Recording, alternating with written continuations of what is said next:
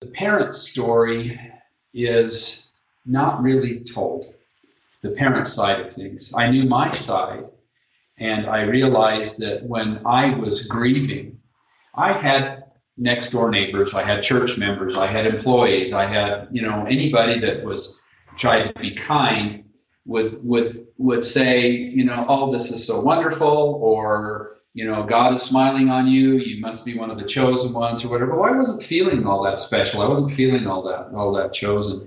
But the people that I really wanted to listen to were those who walked that journey before me.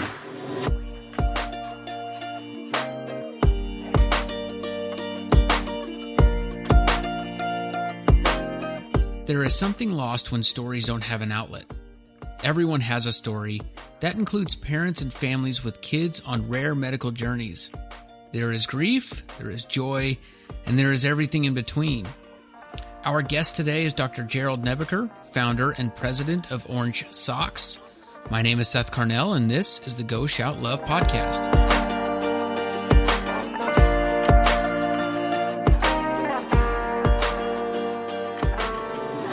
Dr. Nebeker is a social enterprise entrepreneur with an incredible resume of meaningful work.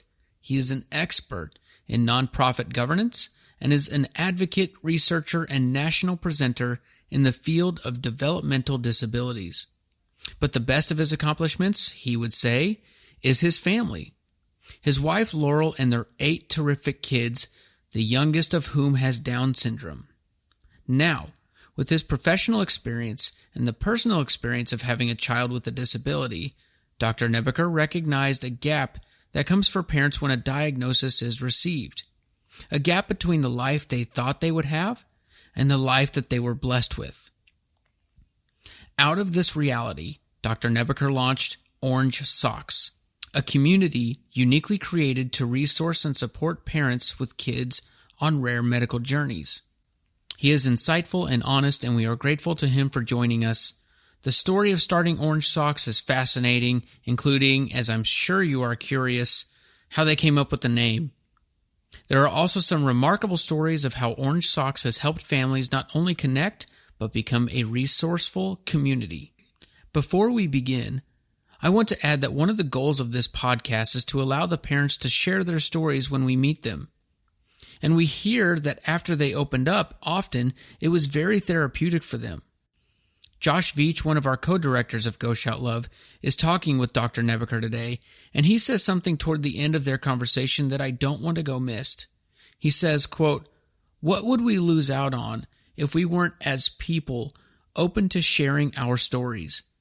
The power of being vulnerable in a difficult situation, reaching out and connecting with other people, how that impacts so many elements is powerful to me," end quote. Those are great words that encompasses a lot of this episode and why we believe this podcast is important. I hope you enjoy this conversation. Here is Josh.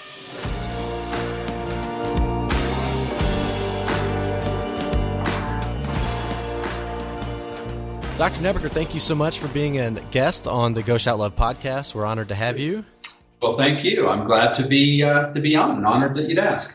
Well, we are going to get into some of the great work that you've done, specifically in the field of supporting and advocating for people with disabilities.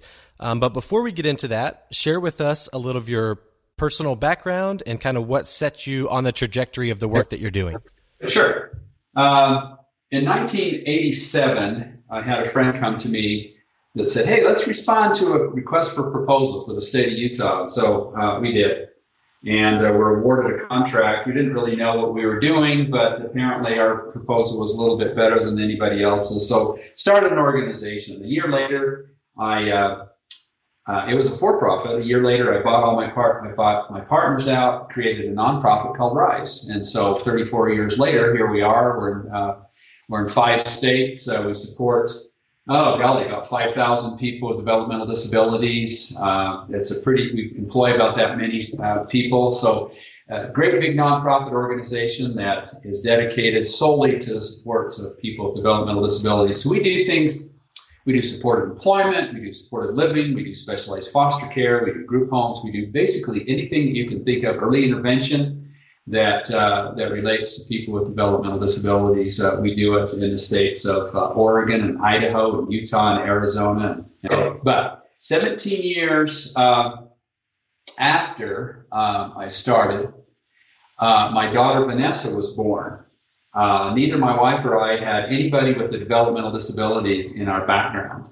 We did not have it, but she happened to have Down syndrome. We were told specifically, we're a little bit older as parents, but we were told specifically that she did not have Down syndrome in utero. And when she was born, and all of my kids were born C-sections, I noticed when they pulled her out that said, "Oh, that's a kid with Down syndrome," and nobody said anything. The room was absolutely, totally dead quiet. But sure enough, she was, and I can remember I cried myself to sleep that night, and because I had 17 years of experience in this field, and it just set me on my rear. To be honest, in fact, I grieved for about 4 years. But my wife accepted it really easily. I did not. And I think probably because of what I did for a living that, I supported so many people. Not that I had an aversion to people with developmental disabilities, but it's like, golly, I got it at work. Now I got to have it at home too. That sounds kind of funny, but later on, about the 4-year mark, I went to a funeral of a friend whose daughter had passed away that I'd known very well. And at the funeral, someone gave a talk about being a parent of a child with a disability. And they said you go through 3 phases. The first phase, you go, why me? Why is this happening to me? What did I do? You self-blame. And the second thing is you say, well, why not me? And that was at that time the phase that I recognized that I was in, the why not me.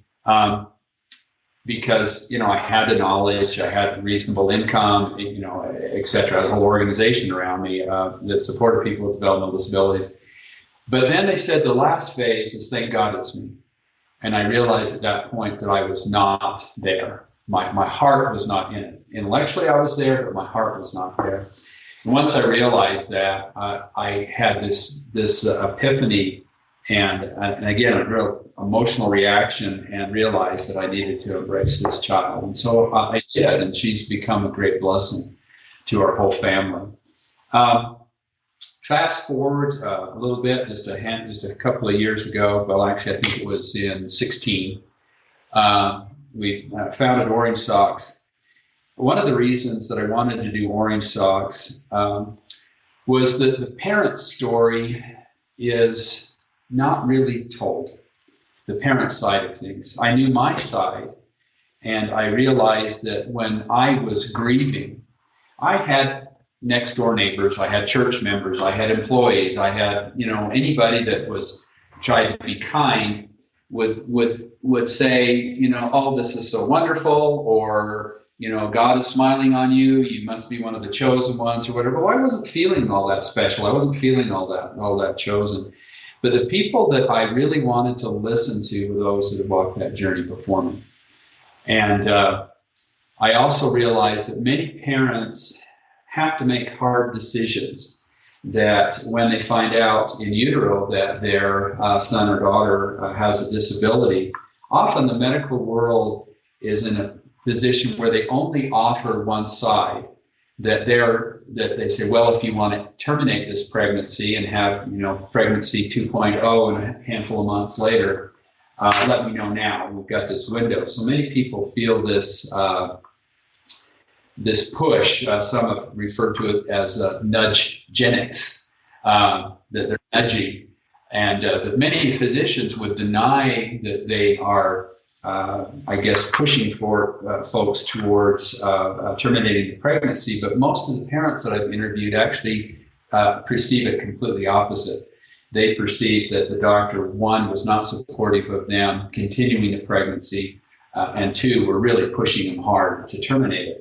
Well, I don't know. I mean, I've talked to a lot of physicians, and their side is no, we just want to give a balance, and the parents only hear what they want to hear. Well, I think that it's a very stressful moment.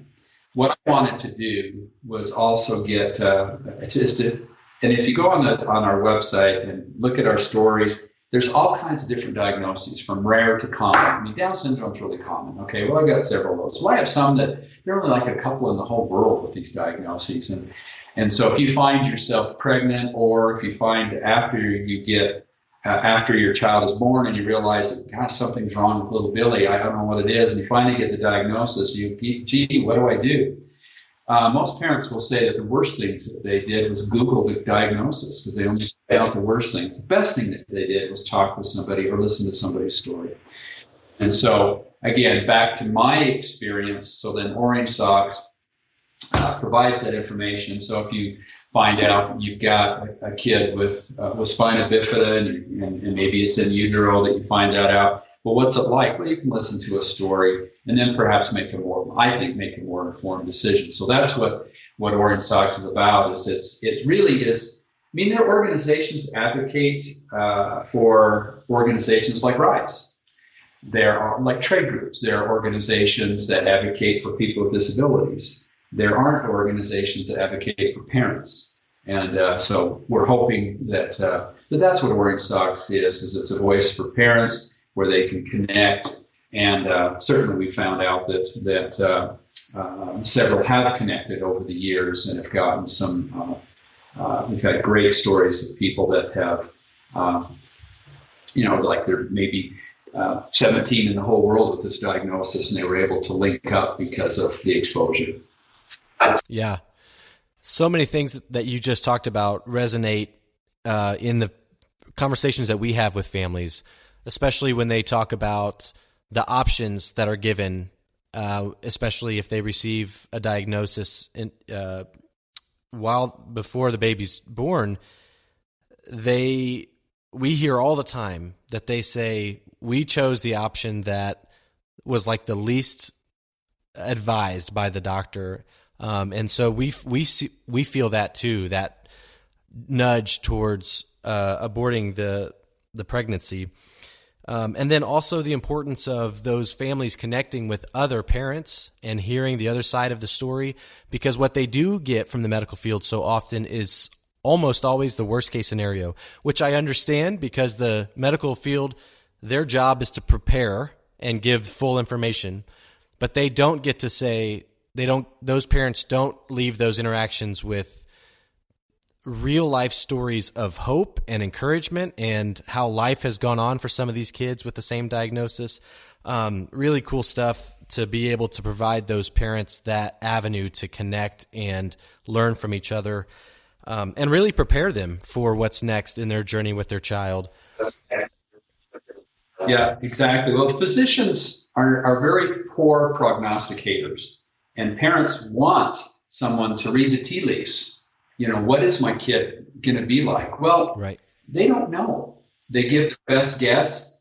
And if I had a nickel for every parent that has said to me, the doctor said that little Jimmy would never walk, and look at him, they champion when they have proven the doctor wrong, which is interesting. And they often do, because again, doctors, they only know what they have in front of them. They're wonderful people. They try hard. They want to do a good job, but they can't really. They're not good at predicting the future. Nobody is. Well, tell us a little bit about Orange Socks and the nuts and bolts of what's included, and specifically how you came about that name. Sure. Well, Orange Socks, really, it's a podcast. We now have launched a new thing called Sock Talk, where I'm now getting involved in just doing general information like testing or IEPs or just different things that people will want to know. That's brand new, but really, for the most part, it's the stories. It's parent stories. So you can go in and you can, by diagnosis, find some kind of story and about a kid. And we've had people that have listened to all of them. We've had some just only listen to the ones that are specific to their diagnoses. And we find that there are.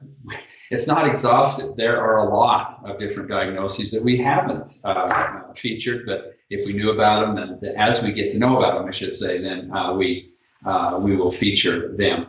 The other thing that's on there is that I wish it was a little more robust. It's pretty good. We have about 3,000 sources, but we now are at the point where we're dependent upon people that are out there to give us the information is we have a resources page. So, for instance, if you're in Wyoming and your child has autism, and you want to link with some local something or other, you could go in and say, okay, autism Wyoming, and find a local group support, as well as national resources. So the first thing that people want to do when you're new to a diagnosis is find other people with a similar, that have walked that road before you. And the second thing you want, okay, so great, now this is my new reality. Where can I find resources? So that's there on the site. So we have both parent stories as well as a handful of sibling stories. And ironically, they're not linked, they're not organized according to diagnosis. What I've discovered is that siblings' journey is the same. It doesn't matter what the diagnosis is of their sibling. And because most parents will think, well, gee, how is this going to impact my other children? Or what if I do have other children? What is this? And so it's interesting, and I've learned that there is a very interesting dynamic with siblings. And so we try to hook up then people with a wonderful organization. It's called the Siblings Leadership Network, where they can get more information. But that's so. Back to your original question, is that's really what you would find with the Orange Socks page. So we've got Sock Talk, which is basically information, parent stories, and sibling stories, as well as then the information on resources. The name is interesting. So I knew what I wanted to do, but I didn't know what to call it. And it's not a separate organization; it's just an initiative of RISE. So which is a nonprofit. And I thought, well, and this might sound strange, but I thought it would be interesting to have a name that was easy to remember, that was and easy to see. And the first person I thought of was Johnny Cash. Why Johnny Cash? Well, Johnny Cash is the man in black. And why was he in black? Well, he has a song. I'm the man in black as long as there are poor and oppressed people in the world. I will wear black, right? So that was the Johnny Cash song. And I'm not doing it justice, but I thought, well, that's kind of cool. Maybe I can wear something. Maybe I could be the man in yellow or the man in red or whatever. I thought, well, that sounds stupid. But I can wear socks. And so I started Googling a combination of sock names. And some are obviously taken, White Sox, Red Sox, sports teams. But I happened on Orange Socks. And a story came up, a murder that had taken place on October 31st, like 40 years ago. So it's like 1979, I think. And there's this woman that was discarded off the side of the road in Georgetown, Texas, who all she had on was a pair of orange socks. And instead of calling her Jane Doe, they just simply called her Orange Socks. And I thought, that's interesting. They didn't know who she was, and I believe just recently they've identified her, as in like within the last year. But so for 40 years, nobody knew who she was. And I thought, isn't that interesting? So she's discarded off the side of the road. No father, no mother, no grandma, no grandpa, no aunt, uncle, girlfriend, boyfriend, co-worker has come forward to say, where's Susie? We miss Susie. Whatever happened to Susie? So she's this anonymous Orange Socks out there. And I thought that she was emblematic of people with disabilities that we discard. We either put them, or we put them off into institutions, or we minimize their employment opportunities, or whatever we might do. We provide segregated housing, or we discriminate against them with housing. So I thought that she was emblematic of people with disabilities whom society discards. So in her honor, I named it Orange Socks. So you said they did recently, in the last year or two, discover her identity. I think they finally found it. I need to look that up for sure, because they've had a couple of false leads, but I think they finally found out who she is. And I don't know if she had a developmental disability or not. It didn't really matter. She was this person discarded, and nobody, they didn't know who she was. Wow. So many times People with disabilities are really victims of discrimination. In large measures, they are not seen. Even though they're in the community, they're still invisible. So in addition to finding the resources that you've talked about on the Orange Socks website, you can also purchase Orange Socks directly from the website. Yeah, you certainly can. And I wear orange socks every single day. No matter what I'm doing, I am in orange socks. And again, that's for, and if you see my email, it's got a little thing under my signature that I wear orange socks because either people with disabilities are cool or their parents are cool. I change it up once in a while. But that's my Johnny Cash. Yeah. Man in orange socks. The man in orange socks. Well, tell us, how do you find these stories? How do you connect with these families? Well, my assistant, Rochelle, who happens to also be my daughter, is great at just searching the web. And a lot of people really want to tell their stories. And they're out there on Facebook or Instagram or whatever. So she is an internet stalker of people that have posted anything about their kid. And if it's something that, especially a rare diagnosis, then she will then contact them. And I haven't had anybody turn me down yet. I take it back. One, I think he was afraid to go on because his English wasn't too good. He was from Germany, and but he didn't want to go on. But other than that, everybody says, "Yeah, I'd love to tell you about my child." And here's the deal: the story is all very, very similar. Very, very hard when we got the diagnosis. Oh my gosh, this was tough. Hardest thing we ever did. And then it always ends with, oh my goodness, this has been the greatest blessing that we've ever had. And I think that's so interesting. And the reach of Orange Socks has been somewhat surprising, frankly. We've had people listen to our stories in 240 countries and millions of page views. And I think, why? Why are people? And I realized that for some, it's a strange story.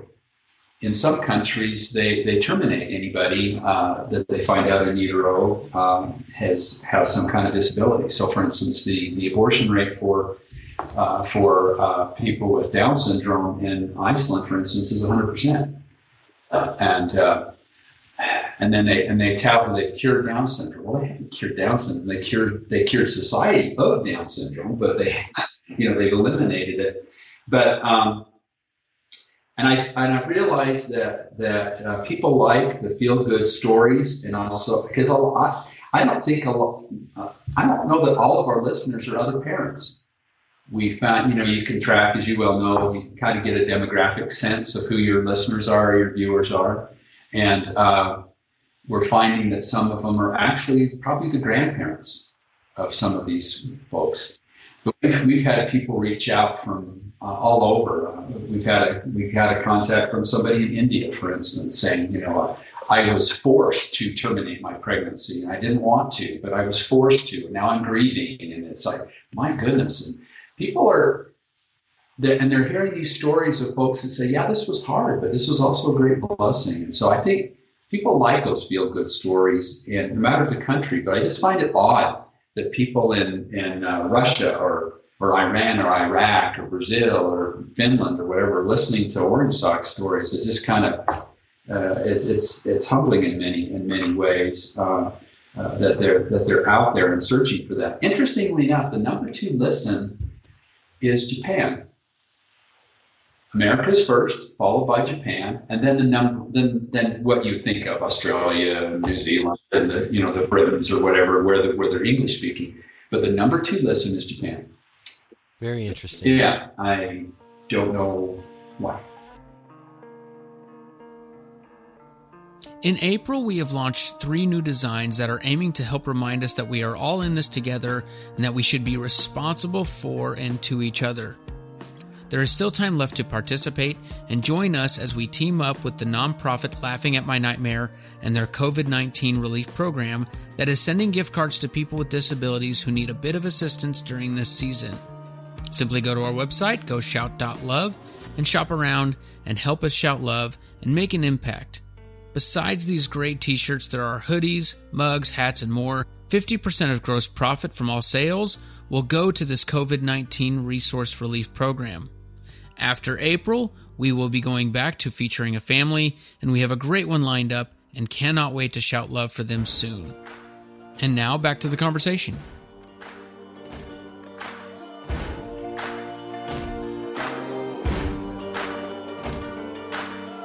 One of my favorite questions to ask families that we're talking to is, if you could go back and tell a younger version of yourself when you got a diagnosis for your child, what would you tell them?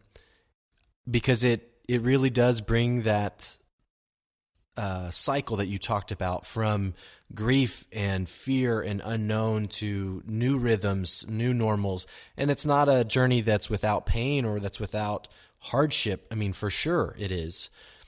But the new perspective that comes, it's almost always, it's along the lines of what they would tell themselves is, you've got this, you can make it, your kid's awesome, learn to love your child right now. Like, don't let the diagnosis, kind of like you talked about in those first years of, don't let the diagnosis get between you and your child. Just really great stuff. So for you, if you go back, and what would you tell yourself from when your daughter was first born and kind of the growth that you've been on? What would you say? Well, basically the same thing. I mean, I think that's what's interesting. To your point, the parent stories are all very similar. And it doesn't matter the severity of the child. And you've probably known this too. Some of these kids are really, really hard. Some of these kids are really, really, really expensive. Some of these kids really test the mettle of the families that are involved. Yet all of them are appreciated in the end. I think for me, that journey is similar. When if I go back, look at my younger self, and just say, it's going to be okay. It's going to be just fine. And it is. It will be just fine. And we, as a family, are stronger. My children are kinder as a result. Mm-hmm. My one daughter, I know, pursued her bachelor's and master's degrees in special education and speech and therapy and audiology as a direct result of her sister. All of my kids are accepting of people, not just of disabilities, but I think of a broader array of differences. And I think that's attributable back to their sister. So have we gained more than we lost? Absolutely. You know, I remember when she was born, and the next one that's named Corinne, and I thought, oh my gosh, I just want another Corinne. Why do I have to have this? Well, my gosh, you know, I got 8 kids, right? So I got a number, and I'm thinking, well, heck, I'd trade a handful of the others just for some more of her. She was the easiest one. She's 18 now, and you know, she's on it. And what is she doing right now? What's her life look like? Well, this is her last year actually in high school, and then after this, she goes into more of a vocationally oriented sort of program. Ironically, not through RISE yet, but through the school district that she'll now. We're calling it job college because her siblings went to college, so she can think that she's like them. So she's learning. She'll be going next year to learning job skills, and it's a program by the school until she's 21. That's awesome. You mentioned how families connect and the importance of that, and we've heard that as well through Facebook groups and different measures. They kind of connect. Do you have any personal stories of families that have been able to connect through Orange Socks that just kind of remind you of, this is why we do what we do? This is the... Yeah, I do. I have 2. These are both just very interesting. I wish I could. I don't have the diagnosis off the top of my head, but there's this woman who, through social media and through exposure through Orange Socks, started reaching out. And turns out that there were 17 people in the world with a similar diagnosis as her daughter. I met her daughter, and to look at her, you would not know anything. I mean, it was some kind of genetic something or other that she's missing a chromosome. And as I remember right, I don't even think it has a name. Boy, I wish, it's too bad my memory is not better. I could tell you. But anyway, lo and behold, they organized the first World Conference of Parents with kids with that type of disability, and held it in Arizona. They brought people, there were people from all over the world that came. They've got now a university involved in studying it. And so just by that networking, they were able to connect and now have some research done on their kids, because nobody can tell them anything. Well, what can you expect for life? Or what's going to happen here? What's going to happen here? Another story that's I think it's got to be my favorite. There again, I'm blank of the diagnosis, but there is a type of autism. In fact, I think it's the only one that has a genetic base. The other ones, they're not sure yet, but this one for sure. If you've got the genetic marker, you've got this. They're a little bit different because they are not unaffectionate. They will look you in the eye, they'll smile, and those sorts of things. Well, anyway, so these women had a Facebook group.